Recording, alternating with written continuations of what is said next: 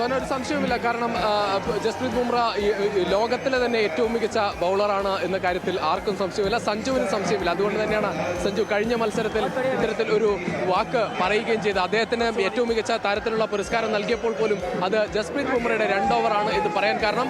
ആ 2 ഓവറിന്റെ വില ഒരുപക്ഷെ സഞ്ജുവിനെ അടക്കം ആ ക്രിക്കറ്റ് താരങ്ങൾക്കെല്ലാം, ആ ടീമിലുള്ള ആളുകൾക്കൊക്കെ ഒരുപക്ഷെ ക്രിക്കറ്റ് നന്നായി വീക്ഷിക്കുന്ന ആളുകൾക്കറിയാം. ഒരുപക്ഷെ അത് ക്രിക്കറ്റിന്റെ റെക്കോർഡ് ബുക്കുകളിൽ ആ 2 ഓവറിന്റെ വില നമ്മൾ കാണാൻ സാധിക്കില്ല. പക്ഷേ ഇതാ നമ്മൾ ഈ ദൃശ്യങ്ങളിൽ കാണാം, ഒരുപാട് മലയാളികൾ, വിഴിഞ്ഞത്തു നിന്നുള്ള ആരാധകർ, മലയാളികൾ, നിരവധി ആളുകൾ വന്നിരിക്കുകയാണ്.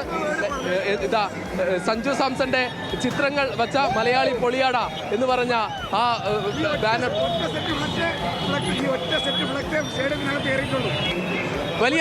വലിയ ആവേശത്തിലാണ്. ഇത് എവിടെ നിന്നാണ് നിങ്ങൾ വരുന്നത്? നമ്മൾ തിരുവനന്തപുരം. സഞ്ജുവിന്റെ നാട്ടിൽ നിന്നാണ്. ഇത് നോക്ക്, വിഴിഞ്ഞത്ത് എവിടെ വീട്? സഞ്ജുവിന്റെ വീട്.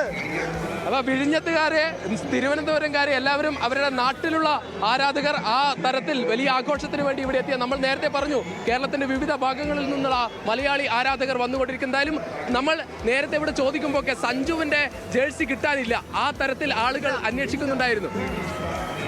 സഞ്ജുവിന്റെ ജേഴ്സി അണിഞ്ഞ് ആളുകൾ വന്ന് വളരെ ആവേശത്തിൽ, ആ തരത്തിൽ പുറത്തുള്ള സംസ്ഥാനത്തു നിന്നുള്ള ആളുകളൊക്കെ ഈ സഞ്ജുവിനെ ഇപ്പോൾ ഇത്ര ആവേശത്തോടെ സംസാരിക്കുന്ന കാണുമ്പോൾ എന്താണ് തോന്നുന്നത്? വളരെ അഭിമാനം തോന്നുന്നുണ്ട്.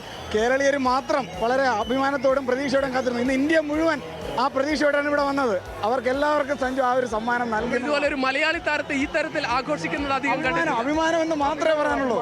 നമ്മൾ ഈ കാത്തിരിപ്പ് ഒരുപക്ഷെ 11 വർഷത്തോളം കാത്തിരുന്നിട്ടും നമ്മൾ ഈ ലോകകപ്പിലേക്ക് വരുമ്പോൾ സഞ്ജു ടീമിൽ ഉണ്ടാകുമോ എന്ന കാര്യത്തിൽ നമുക്കൊരു സംശയം ഉണ്ടായിരുന്നു. പക്ഷേ 2024 സഞ്ജുവിന് ഒരു ലോങ് റോപ്പ് കിട്ടുന്നത്. ഓപ്പണറായിട്ട് ലോങ് റോപ്പ് കിട്ടി 3 സെഞ്ചുറി എടുത്തതിന് ശേഷം ടീം കോമ്പിനേഷന്റെ പേരിൽ മാറ്റി നിർത്തപ്പെട്ടു.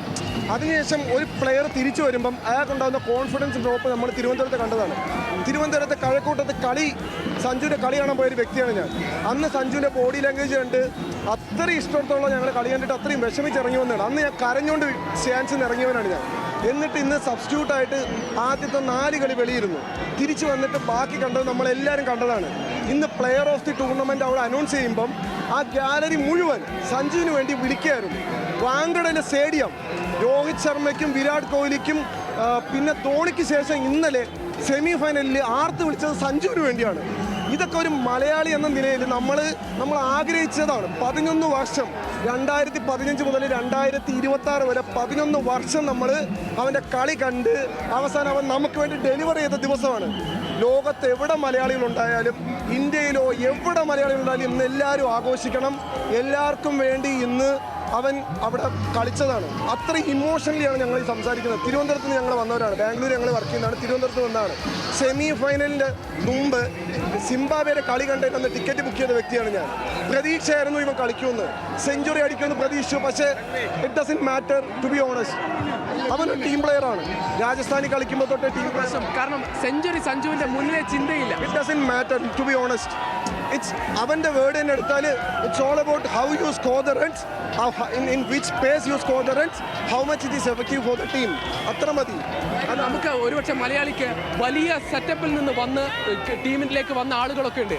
ഏറ്റവും താഴെ തട്ടിൽ നിന്ന് വന്ന് സ്വന്തം കഴിവ് കൊണ്ട് മാത്രം ഈ ഉയരത്തിലെത്തുക എന്നുള്ളത് എല്ലാ മലയാളികൾക്കും, ഒരുപക്ഷെ ക്രിക്കറ്റിന് പുറത്തുള്ള ആളുകൾക്കും അഭിമാനം. ഗ്രൗണ്ടഡായിട്ട് എത്രത്തോളം ഉയരത്തിലെത്തിയാലും ഗ്രൗണ്ടഡായിട്ട് നിൽക്കുക എന്ന് പറഞ്ഞൊരു സാധനമുണ്ട്.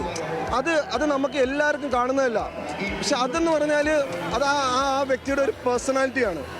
അതിന് മേ ബി അയാളുടെ ഹാർഡ് വർക്കും ആ പേഴ്സണാലിറ്റിക്കും അയാൾക്ക് അവസാനം കിട്ടിയ റിസൾട്ടാണ്.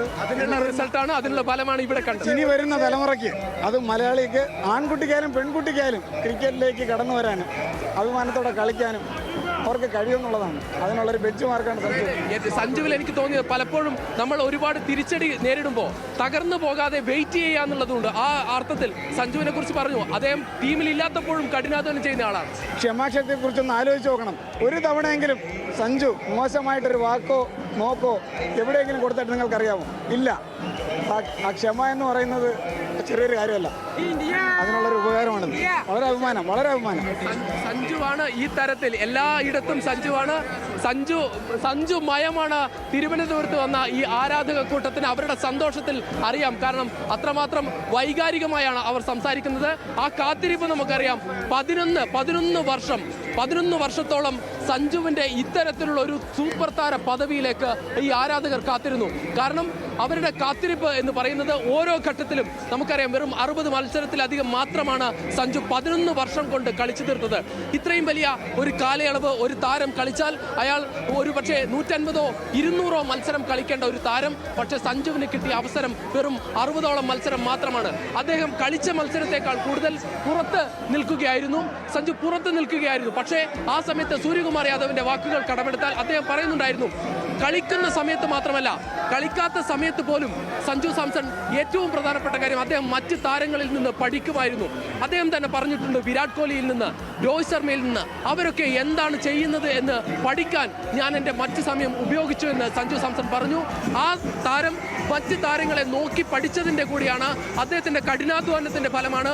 ഓരോ നിമിഷവും ക്രിക്കറ്റിന് വേണ്ടി അദ്ദേഹം ചിന്തിയ ചോരയുടെ ഫലമാണ് ഇന്നത്തെ കിരീടം. ഏറ്റവും പ്രധാനപ്പെട്ട കാര്യം, ഒരു താരം ലോകകപ്പിൻ്റെ ഫൈനലിൽ മികച്ച പ്രകടനം നടത്തി എന്നത് മാത്രമല്ല, അദ്ദേഹം ആ ടൂർണമെന്റിന്റെ താരമായി എന്നതാണ് നമ്മൾ മലയാളികളെ സംബന്ധിച്ച് ഏറ്റവും അഭിമാനകരമായ കാര്യം. കാരണം വെറും 5 ഇന്നിങ്സ് കൊണ്ടാണ് സഞ്ജു സാംസൺ ഒരു ടൂർണമെന്റിന്റെ താരമായി ഉയർന്നു വന്നത് എന്നതാണ് ഏറ്റവും പ്രധാനപ്പെട്ട കാര്യം. സോന, തീർച്ചയായും അതുതന്നെയാണ് മലയാളികളെ സംബന്ധിച്ചിടത്തോളം ഇരട്ടി മധുരമുള്ള ഒരു വിജയമാണ്. പ്ലെയർ ഓഫ് ദി ടൂർണമെന്റ് പുരസ്കാരം സഞ്ജുവിനൂടെ ലഭിക്കുമ്പോൾ ഇവിടെ നിന്നുള്ള കാണികളുടെ ആവേശമാണ് നമ്മളിപ്പോൾ സ്ക്രീനിൽ കാണുന്നത്.